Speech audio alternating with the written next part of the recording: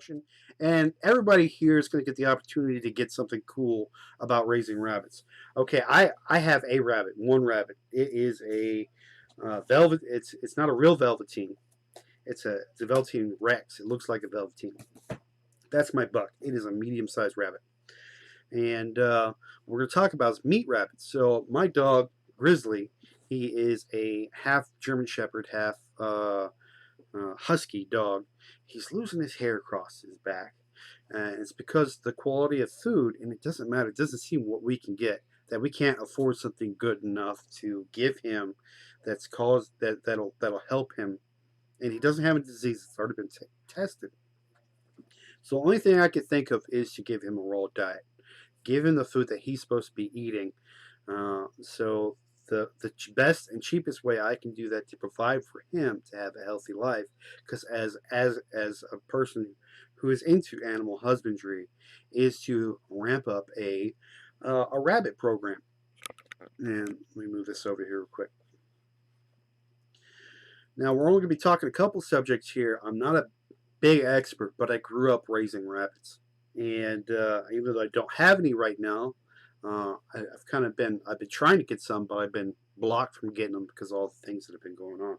But I will have rabbits here very shortly. So we're going to talk about a couple things, and let me get my notes out here because you need notes.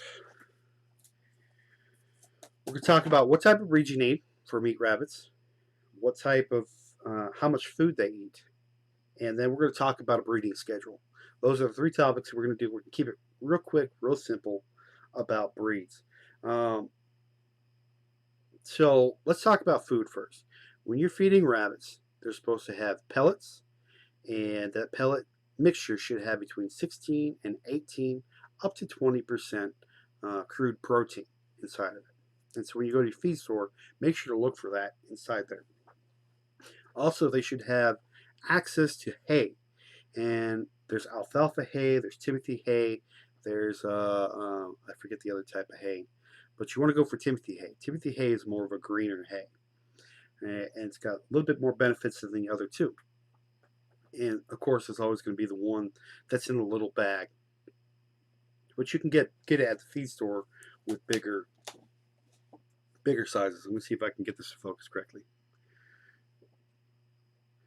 Still not focusing. So let me take this out. So the next thing we're going to talk about is breeds. Now there's three types, actually four types of rabbits. You got your giant breeds. You got your giant or large. They're actually in the same field. Breeds. You got your medium breeds. You got your small breeds, and you got your mini breeds. So the giant breeds are, you got your Flemings, giant Flemings, other breeds of that type. Let's see what we got here. Anything with the word giant on it. So these are rabbits that are huge. They're actually meant for show. The main purpose is for pelts. And before they actually thought it was for pelts and for meat. But after, science came around and said, no, that's not correct. They proved that they were only meant for show and they were only meant for hides because they're such large animals. And the reason why they know that is because of their bone structure. Now, when you're going for a meat rabbit, you're going for the structure, meat to structure ratio. You want to have more meat than bones, 50-50, or whatnot. So with giant breeds, their bone structure is actually larger than their meat ratio. Their bones are dense, and they are larger than the amount of meat that they have. So there's no point of it being a meat rabbit. So that's how science disproved that fact that they thought they were meat rabbits at one point. So that's your large and giant size rabbits. Next up is your medium sized rabbit. This is the type of rabbit you're going to want to have at your house. These are the type of rabbits we're going to get at our house. The most common rabbit is the New Zealand white. And this particular rabbit, it's an all white rabbit. It has red eyes and is pretty medium. I don't have pictures. I was going to get pictures up, but I didn't get time to do it. Obviously, we've been rushing things. but it's a medium-sized rabbit. Um, so you got New Zealand whites, Californian silver fox. So New Zealand whites are specifically bred for meat. We lived in Europe for 3 years before I got out of the military, and you can go to any supermarket in any country, go to the meat section, and there were rabbits in the meat section, and it was common for people to get rabbit meat way more than it is here. Here, society has really, I don't know how to say, pussified itself about rabbits. Rabbits here now, in this day and age, in the United States of America, are considered pets for some reason. Because you can have chickens at home. You can't have chickens in city limits, but you can have rabbits because they're considered pets. I don't understand why, but they are. But so you got your New Zealand white. Behind that's the California. It's going to be a little bit smaller. And behind that, you got the silver fox, which is going to be the same size as the California white. Now, when I say same size, I say the size it's going to be at 8 weeks old, because at 8 weeks is fryer stage. That's when you're going to want to butcher your rabbits, and they'll be between 4 to 6 pounds. Some people go 8 weeks, or they go 12 weeks. You go 12 weeks, they'll get up to about, I don't know, 6 to 8 pounds. But it's time consuming. You have to have separate locations to put the rabbits in that case. So that's this 4 to 6 pounds. That's what you're looking for in a fryer size. The things that you could produce: meat, pelts, and Lucky Charms, little Lucky Rabbit's feet, which should make a comeback. I know I'm going to be doing them, but I'm planning on going with New Zealand white, Californian, and the silver fox. Silver fox is a harder breed to get a hold of. You really want to go from not a hybrid, a good bloodline, purebred, if you can find one. You just want a purebred that has a good history. You want them to have a history of their parents either having 8 to 10 rabbits or up to 12 rabbits at a time, but a minimum of 8 every time they had kids or a litter of rabbits. If you get that, you'll know that your rabbit should have the same bloodline, same amount of rabbits being born every time. So the next is the small rabbit. And this is for people who have smaller confined spaces. Okay, you got your Florida white rabbit, you got your Dutch rabbit, and these are smaller rabbits. However, they take longer to grow out. They take 12 weeks instead of 8 weeks to get to fryer size, which is between that 4 to 6 pound mark. But they take up less feed and less space. So the giant rabbit will take up to 2 cups of food a day. That's 2 cups of pellets and unlimited hay. a medium-sized rabbit will take roughly half a cup of food, half a cup of pellets, and unlimited hay, of course, per day. That's the difference between these two in the consumption. And the consumption of feed really depends on how much money you want to spend. Now, you got to take that into consideration when you go for a small rabbit. A small rabbit, like the Florida white or the Dutch, takes 12 weeks to grow out, but they only take about a quarter of a cup of pellets and unlimited hay per day. And so that's significantly smaller and cheaper. And so if you're going to take your time with it, would be, excuse me, the best for you, depending on your situation. Also, you want to go along the line of animal husbandry. Do you want to be good with your animals? Are you the type of person that wants to let your animals go do it naturally, or do you want to be, I want this thing bred continuously until it's ready to die type deal? And some farms are different. If we were in an SHTF situation, you'd be pounding through that because you'd be producing food at an increased rate, but you'll be going through more does. But that's okay in an SHTF situation. It really all depends on how much meat you want. So that's what's going to be. And the last one is the mini rabbit, and these are little rabbits that have been made into pets. These things don't get any bigger than that. They're a waste of time. Don't even bother unless you like pets. I mean, you could eat it if you want to, but it's not your mission to raise meat rabbits if you want little mini rabbits. So we are going to move on to the scheduler. So I'm going to pull this up here, and this is what I've made. You guys are welcome to email me. It's breakawayhomestead@gmail.com. I put this together tonight. I'm pretty good with Excel. I made this list here to talk about your breeding schedules and what you're going to do. So I was talking about animal husbandry before, and whether or not you want to force your rabbits to breed and continuously go throughout. That's an SHTF situation. Or you want them to breed on a normal schedule. A normal breeding schedule for a rabbit, and it may not sound like a whole lot, is 4 to 5 times per year. A rabbit will breed 4 to 5 times per year, or have kids 4 to 5 times per year. There's actually a season for it. And so when you see people forcing their rabbits to breed, you don't know if it's in season. So let's say you live in the hot south and you don't have the proper temperature controls, and they are it's hot as balls outside, and you're trying to get your rabbits to breed. You're forcing your rabbit to do something it's not supposed to do in such inclement weather, because it needs all its energy to cool itself down. And so that is the type of animal husbandry I'm talking about. If you're going to up production and try to get as much as out of that rabbit that you can get, you're forcing your animal to do something it's not supposed to do naturally, and that's not good animal husbandry in my book.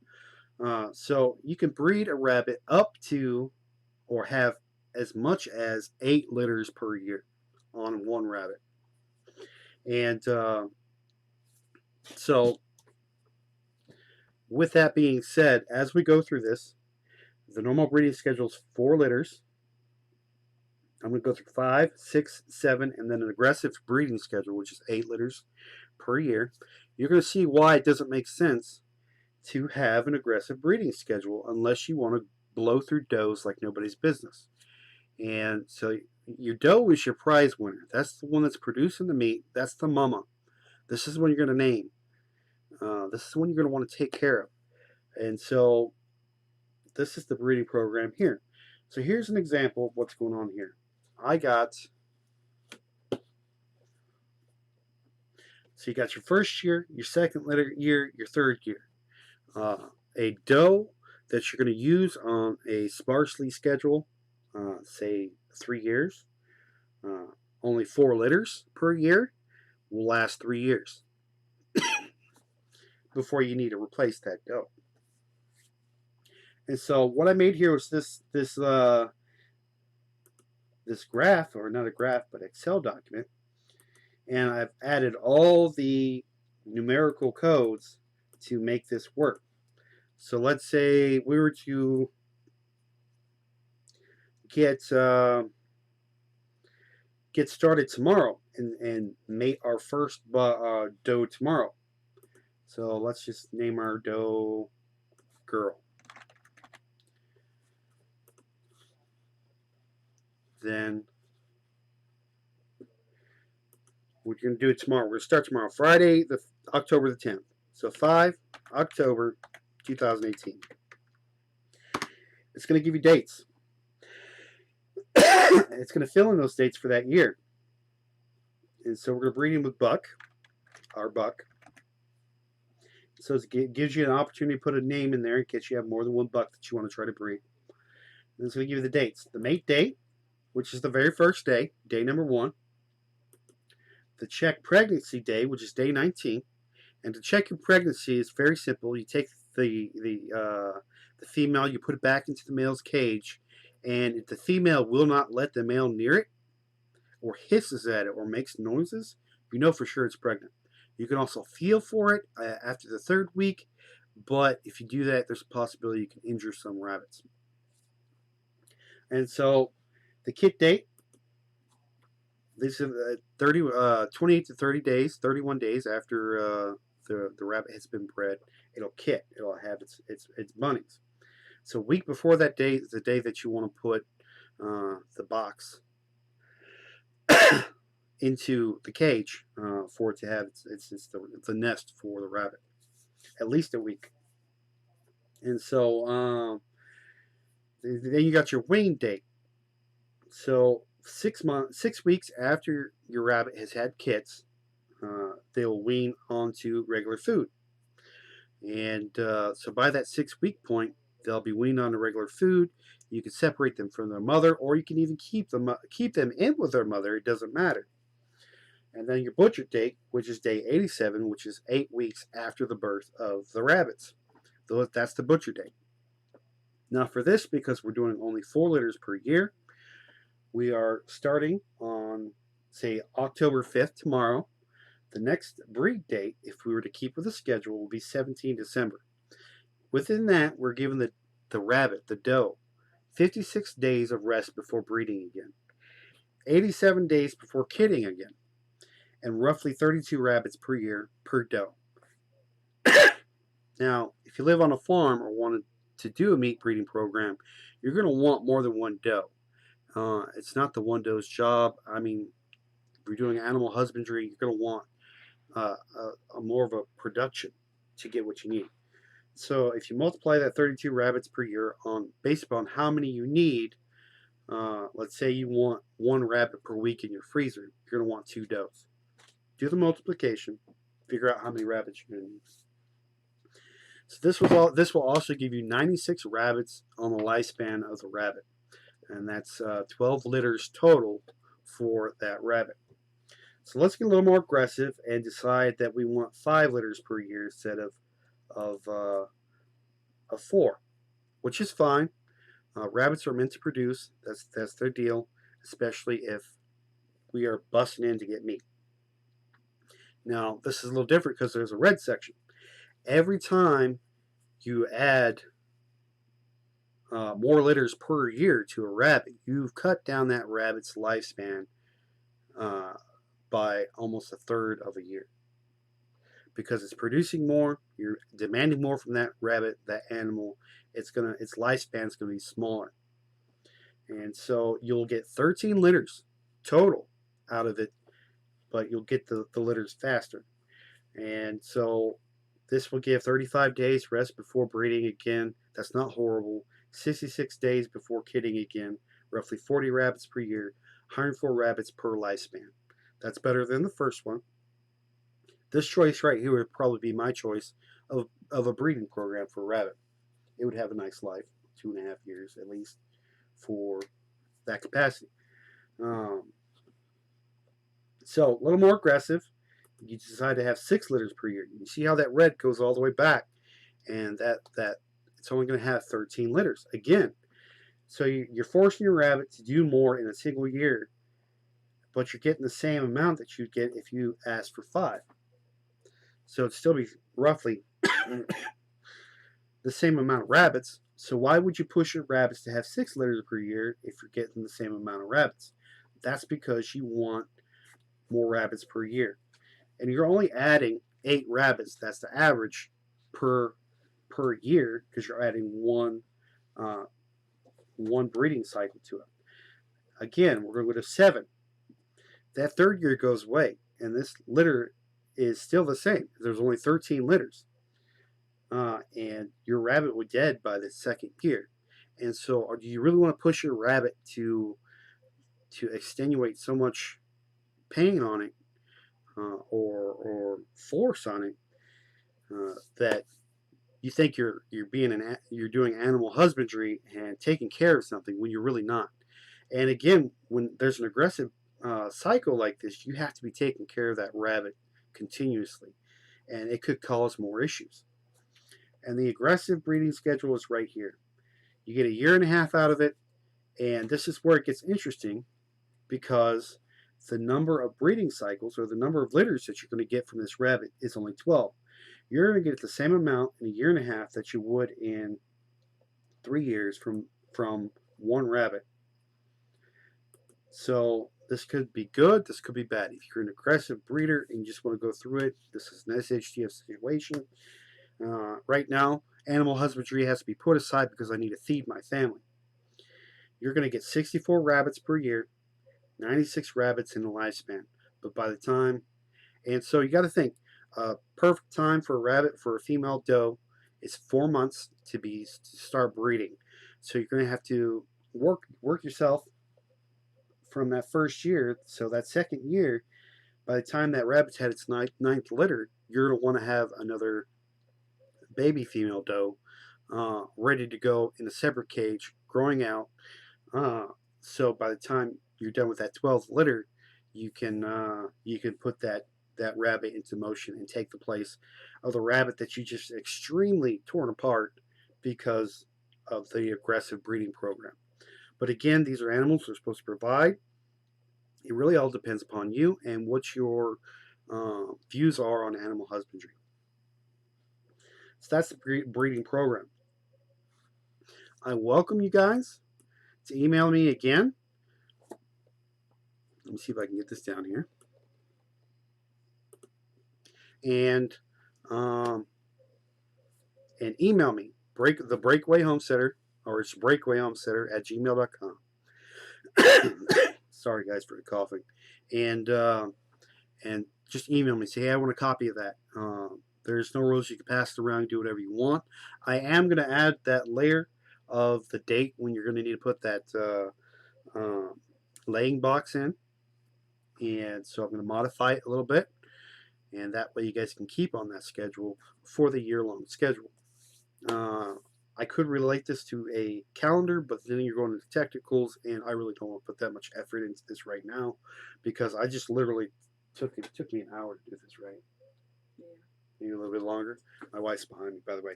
Surprise! Wow. And so if you want a copy of this, just give me an email, breakawayhomesteader@gmail.com, and I'll be happy to send you a copy of this. Share it with your friends. There's no fees or anything like that. It's free, 100%. It's just a tool for you if you decide to go on a moderate to aggressive breeding schedule. This will help you out. So all right, y'all. We're heading out. We love you guys. If you guys have any ideas or want to learn about anything that we may know about, just give us a shout. Doc Ferris has been in the room before. He's a retired medic. He's got a lot of information under his skin. And who else? We have Brad. You're looking at me. I don't know. We have Brad from Full Spectrum Survival. I'm sure he'd be happy to be on our show sometime. I help him out on Wednesdays usually. And yeah. So, we can reach out to other people and other expertise to get your questions answered. There you go. I'm the one on drugs. I'm just tired. So, I'm Patrick. And I'm Megan, again. We're from the BreakAway Homestead. We hope you have a good one, and we'll see you next time.